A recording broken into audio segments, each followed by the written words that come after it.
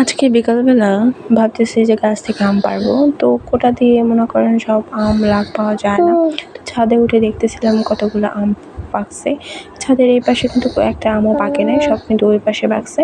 তো ভাবলাম যে ডেইলি একটা দুটো পরে যেমন পাখি কাঠবিড়ালি পাকা আমগুলো টুকরো দিয়ে ফেলে দিচ্ছে, তো এক দুইটা এইভাবে পড়ার থেকে ভালো যে অনেকগুলো আম একবারে পেড়ে পাকিয়ে তারপরে খাই, আবার বাড়ির আশেপাশে মানুষজনও দেওয়া হবে।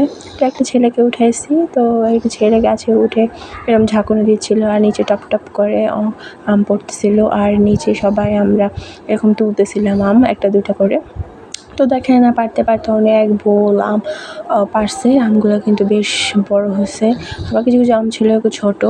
তো আমগুলো কিন্তু অনেক মজার এবং পাকলে মধুর মতো একদম মিষ্টি। এখানে একটা খেলে কিন্তু একে মানে তৃপ্তি চলে আসে। আমগুলো কিন্তু অনেক বড় ছিল।